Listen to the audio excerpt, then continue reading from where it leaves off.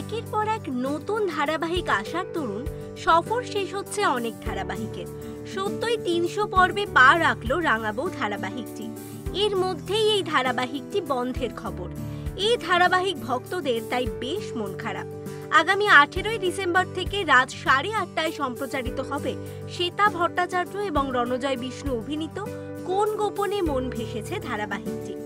রাঙাবউয়ের জায়গায় নিয়েছে এই ধারাবাহিক।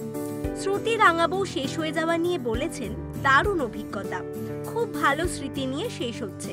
এই প্রজেক্টটা থেকে অনেক কিছু শিখলাম, তবে মন তো নিঃসন্দেহে খারাপ।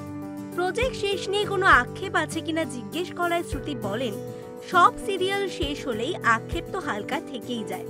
কেউই চায় না প্রজেক্ট বন্ধ হোক।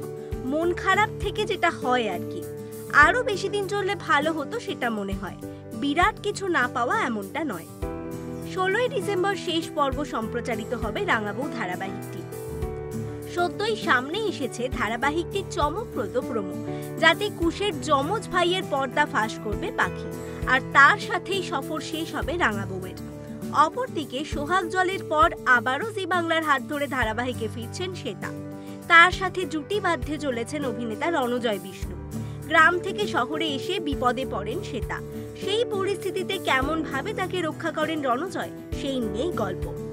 এরকমই আরো অনেক ভিডিওস দেখতে নজর রাখুন আমাদের চ্যানেলে। পাশে থাকা বেল আইকনটি ক্লিক করতে ভুলবেন না।